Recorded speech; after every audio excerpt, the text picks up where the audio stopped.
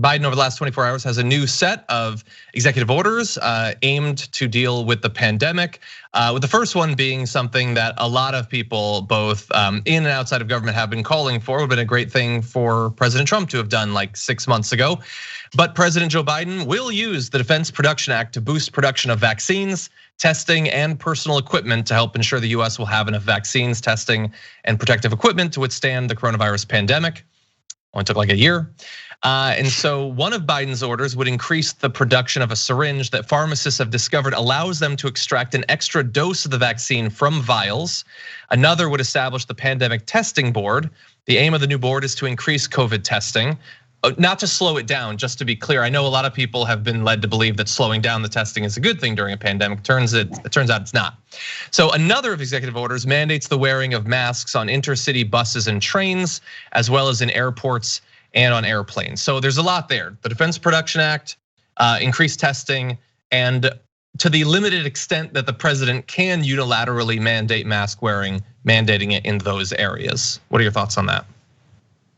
Yeah, I think it's all good stuff. The syringe thing is a way to increase capacity without having to build factories or reconfigure factories to make these very complex vaccines.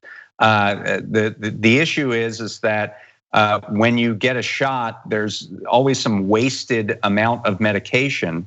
And there's a difference in a syringe between what they call low dead space and high dead space. And the difference there is 1 dose. So you're instantly, if you have a dose, you have a vial that has 5 doses in it, and you can get 6 out of it if you use this particular type of syringe, you're increasing the production, the supply of vaccine by 20% just by doing that.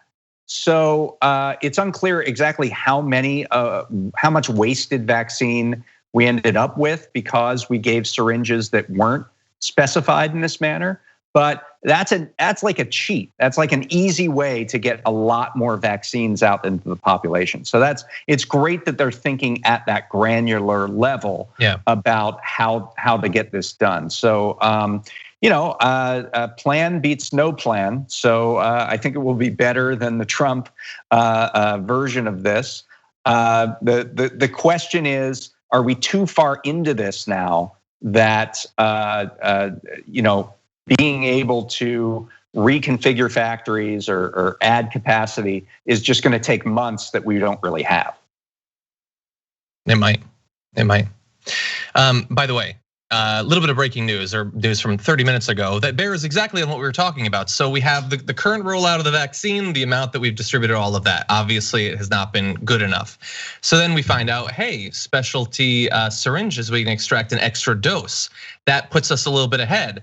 Well, not so fast, because New York Times is now reporting that Pfizer has lobbied for the US government to count those extra doses against the amount that they have pledged, 200 million doses by the end of July. So no, we're not ahead, because now they're gonna ship less vials of the vaccine to us. Yeah. So I'm starting to think that this lobbying isn't good for the American people. That's an under the radar problem, that Pfizer and Moderna made very big promises about how much vaccine they were going to get to the American people in these orders. And it doesn't look like they're gonna meet that production level. And so for Pfizer, this is an easy way for them to say, oh, that counts. And so now we hit our goal, when they were never going to hit their goal. And it's the same thing with Moderna. So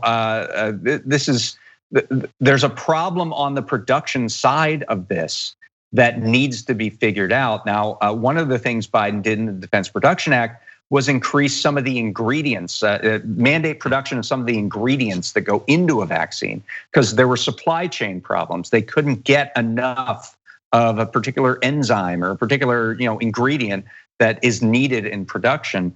But that doesn't happen by snapping your fingers. This is stuff that should have been figured out 6 months ago, 9 months ago. I mean, it should have been figured out as soon as someone went into a stage 3 trial. The production process should have started at a much higher level than it did. I mean, we did have some pre-produced vaccine that rolled out immediately after it got FDA approval. but not nearly enough. Yep, 100%. Let me give you a little bit more of the developments. Dr. Anthony Fauci, Biden's current chief medical advisor, told the executive board of the World Health Organization Thursday that the US is going to join the COVID-19 Vaccines Global Access Facility, an international alliance led by WHO that seeks to provide COVID vaccines to the world's poorest countries. And we talked about this last week on the damage report, but the reason that there needs to be this international push to provide access to the vaccines in some of these poor countries is because in the vast majority of them, there has been none. I don't mean like a little bit, I mean literally no doses across dozens of countries. And you can see here a little infographic put together by the BBC. Huge regions of the world currently have none or effectively none. I think Guinea got 25 doses, I think it was, for members of their government. And many countries would have considered themselves lucky to get those 25.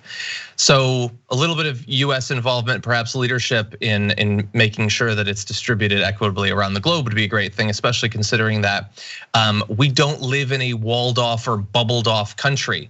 If you want, like even if you're setting aside the massive human toll of allowing the deaths to continue to spiral out of control in so many parts of the world, if you want our economy to recover, if you're that sort of person, that's the only thing you care about, that sort of relies on the world actually being able to travel and trade and all of that. And so I understand for a lot of people, this isn't gonna be one of the first priorities, but it certainly needs to be up there.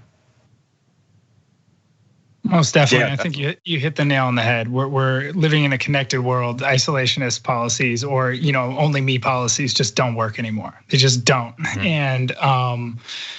And maybe in the near future we need things like the UN to have some more teeth, and WHO to have some more teeth, and maybe while we have some competent leadership, we can institutionalize that in some ways. Because obviously, there's just going to be more and more things that come up that require global coordination. On top of the refugee crisis and the climate crisis that are currently spiraling around the world. Well, the international issue is huge, and it's entirely a consequence of the way that we handle medical development and drug development in the world. We grant these patents to companies like Pfizer and companies like Moderna for exclusivity for a period of time. In this case, Moderna got all of their research and development money from the United States. Pfizer was in, they had a partnership with a German firm called BioNTech, which got all of its money from Germany. So these are publicly developed drugs, but we still gave a patent to these companies to exclusively provide the drug, and these countries abroad could make generic versions of it. I mean, a stunning amount of generic manufacturing is done in India, for example. They could definitely do it if they were able to grant the technology and the formula to these pharmaceutical facilities, but they have a patent, and it hasn't been done. And usually the US is a great supporter of its pharmaceutical industry in maintaining those and denying generic production for the developing world. There's a huge issue in the HIV situation in terms of drugs for HIV in the developing world, where the US threatened sanctions on India and other countries who were producing generic versions of HIV drugs. So this is a larger question. The way that this vaccine was developed with public money and public support should be the way we develop these things going forward. It should be a different model for how we produce prescription drugs in the world. And this is the test case for why we got something like this out in such a short period of time. And so hopefully we learn from this rather than falling back on the old habits of the patent monopoly system. Right, just another data point that healthcare and capitalism don't play well together more often than not. Yeah, I agree. I'm not going to put a bunch of money on us learning the lesson though that you were talking about, but it's an opportunity. Thanks for watching the Young Turks. Really appreciate it. Another way to show support is through YouTube memberships. You'll get to interact with us more. There's live chat emojis, badges. You've got emojis of me, Anna, John, JR. So those are super fun. But you also get playback of our exclusive member-only shows and specials right after they air. So all of that, all you gotta do is click that join button right underneath the video. Thank you.